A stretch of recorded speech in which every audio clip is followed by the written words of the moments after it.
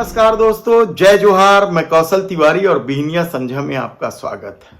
एक वर्ग को गाली देकर हिंदू वोटों के ध्रुवीकरण के खेल में माहिर भारतीय जनता पार्टी और आरएसएस के लिए अब बौद्ध धर्म का फैलाव क्या चिंता का विषय बनता जा रहा है।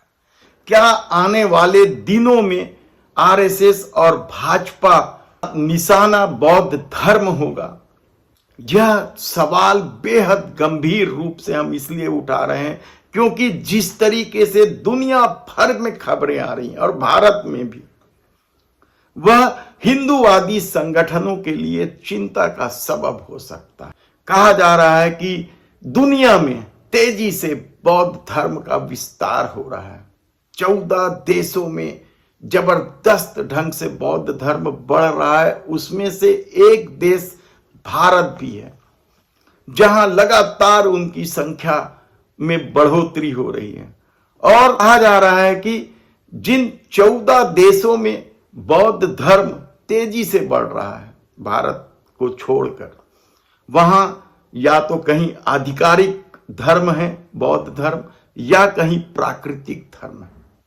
और आप सुनकर हैरान हो जाएंगे। हम भारत के बारे में कुछ बताएं उससे पहले हम बता देते हैं कि दुनिया के जिन 8 देशों में बड़ी तेजी से बौद्ध धर्म का प्रचार प्रसार हो रहा है और बहुत तेजी से बढ़ रहा है, जो 8 देश हैं उनमें चीन, Thailand, Sri Lanka, Cambodia, Myanmar, Burma, Mongolia, काटमीमिया और लाओस में तो कल ही जो खबरें आई हैं कि वहां की नदियों में हजारों की संख्या में बौद्ध मूर्तियां भी बरामद हुई। ये वो 8 देश हैं जहां बौद्धों की आबादी सबसे ज्यादा है। इन 8 देशों में या तो बौद्ध धर्म आधिकारिक धर्म है, या सरकार से मान्यता प्राप्त धर्म है, या प्राकृतिक धर्म की संज्ञा दी गई है। लेकिन इस सबसे इतर भारत में बौद्ध धर्म का विस्तार जिस तेजी से हो रहा है, उससे सबसे ज्यादा दक्षिण के राज्य के फिल्मी हस्तियां शामिल हैं। और कहा जा रहा है कि उनकी फिल्में दुनिया भर में, यानी जो बौद्ध देश हैं, वहां बेहद ही लोकप्रिय है। और दक्षिण के जो अभिनेता जिनके नाम लिए जा रहे हैं, उनमें सबसे प्रमुख मारी सेल्वराज का है।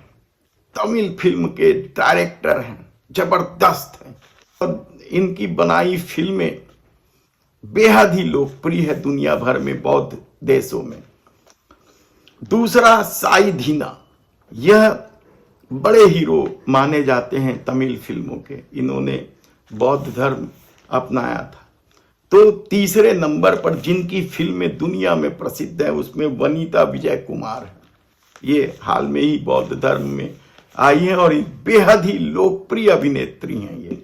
तो दूसरी तरफ जो लोग बौद्ध धर्म को लेकर प्रचार प्रसार कर रहे हैं, हाल में ही छत्तीसगढ़ की राजधानी रायपुर के साइंस कॉलेज मैदान में जिस तरीके से बलादाबाजार हिंसा की घटना के बाद सभा हुई, उस सभा में निशा बौद्ध ने जिस तरीके से हिंदी में पंथी गीत गाया, वे बेहद लोकप्रिय हुआ है। और कहा जा रहा है कि बड़ी संख्या में, हालांकि पहले भी यहां बौद्ध धर्म के लोग रहते रहे, खासकर डोंगरगढ़ और राजधानी रायपुर के गुड़ियारी इलाके के अलावा भी और भी बहुत सारे शहरों में बौद्ध धर्म छिटपुट रहते हैं। लेकिन कहा जा रहा है कि अब जिस तरीके से सतनामी समाज के लोगों का रुझान बढ़ा है, यही स्थिति महाराष्ट्र और दक्षिण के राज्यों में दिखाई और सुनाई पड़ने लगा है कि बड़ी संख्या में बौद्ध धर्म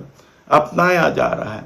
उससे आरएसएस की नींद उड़ गई है, क्योंकि आरएसएस और भारतीय जनता पार्टी की पूरी राजनीति यदि धर्म आधारित है और मुसलमानों के खिलाफ विश्व वमन की राजनीति करके वे हिंदू वोटों का ध्रुवीकरण करते हैं, झूठ और अफवाह की इस पूरी समूची राजनीति में यदि बौद्ध धर्म लगातार बढ़ता जा रहा है।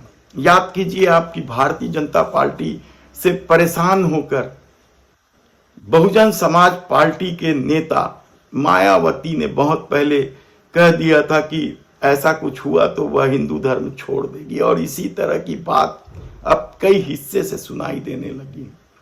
तब देखना है कि आने वाले दिनों में आरएसएस और भारतीय जनता पार्टी किस तरीके से रणनीति बनाती है।